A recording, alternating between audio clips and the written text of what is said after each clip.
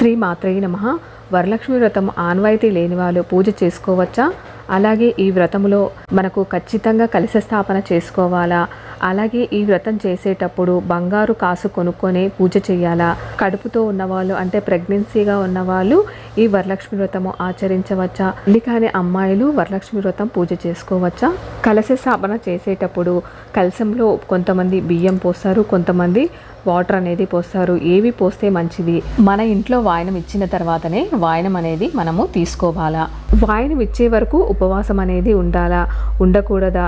వరలక్ష్మి వ్రతం చేసేటప్పుడు భర్త అనేది పక్క నుండే పూజ చేయాలా, లేకపోయినా పర్వాలేదా? పూజలో అమ్మవారికి ఏం నైవేద్యం సమర్పించాలి, ఏ పూలతో అర్చించాలి, వీటితో పాటు కంకణాలు ఎన్ని కట్టాలి, కంకణాలు ఎలా కట్టాలి, కంకణాలు ఎంతమందికి ఇవ్వాలి, కలశంలోని నీళ్లు ఏం చేయాలి, మనకు ఉద్యాపనం ఎప్పుడు ఇవ్వాలి, ఇలా ఎన్నో డౌట్లు ఎంతమందికో ఉంటాయి కదండి. ఇలాంటి డౌట్లకు అన్నింటికి నేను ఒక లాంగ్ వీడియో మన ఛానల్లో అప్లోడ్ చేశానండి. యూట్యూబ్ ఛానల్లో కావాల్సిన వాళ్ళు ఒకసారి మన ఛానల్ని చెక్ చేయండి, లింకు బయోలో ఉంది.